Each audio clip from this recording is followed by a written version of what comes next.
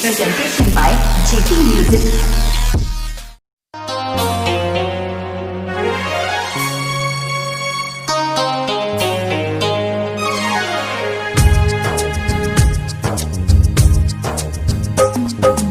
एखन अपने सब सुन रहा छी माँ गायत्री रिकॉर्डिंग स्टूडियो के माध्यम से सिंगर धर्मेंद्र निर्मलिया के सुमधुर आवाज में इस सुंदर सन छैठक गीत।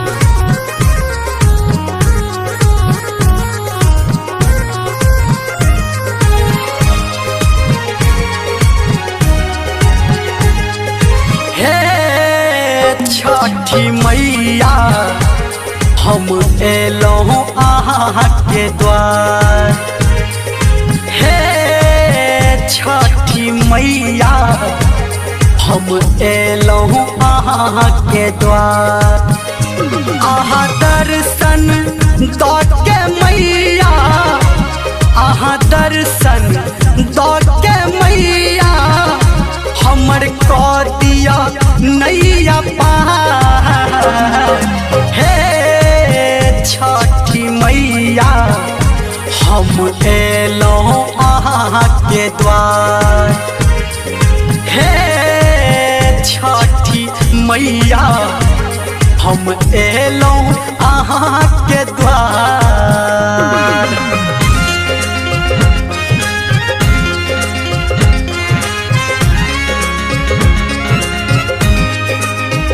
मैया ये छठी मैया सुनु ये।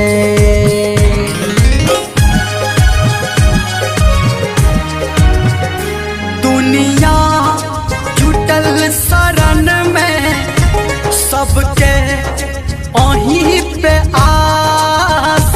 दुनिया जुटल शरण में सबके अहीं पे आस। दर्शन अहाँ नहीं देबै माँ टूटतै ही कोना उपास।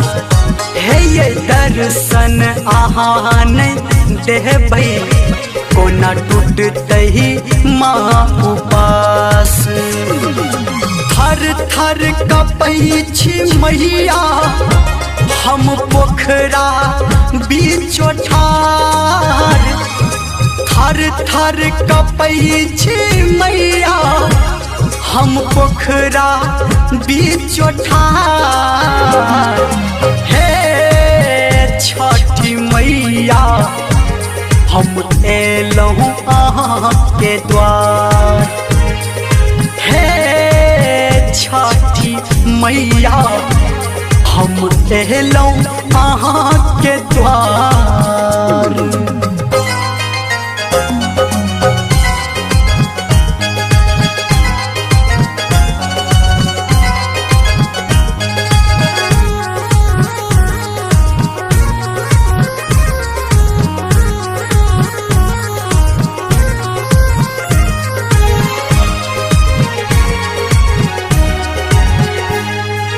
बाझिन के दै छी ललना, अन्हरा के देलहुँ नयन।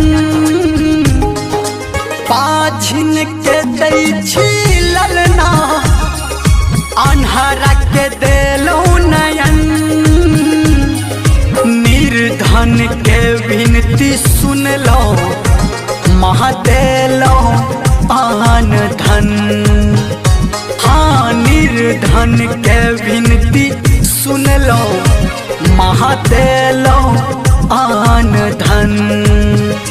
फेरू नजर है मैया धर्मेंद्र के करू उधार। फेरू नजर है मैया धर्मेंद्र के करू उधार। हे छठी मैया हम एलहुँ अहाँ के द्वार। हे छठी मैया हम एलहुँ अहाँ के द्वार। अहाँ दर्शन दऽ के मैया, अहाँ दर्शन दौटे मैया हमरो कह दिया नैया पार। हे छठी मैया हम एलहूँ अहाँ के द्वार। हे छठी मैया हम एलहूँ अहाँ के द्वार।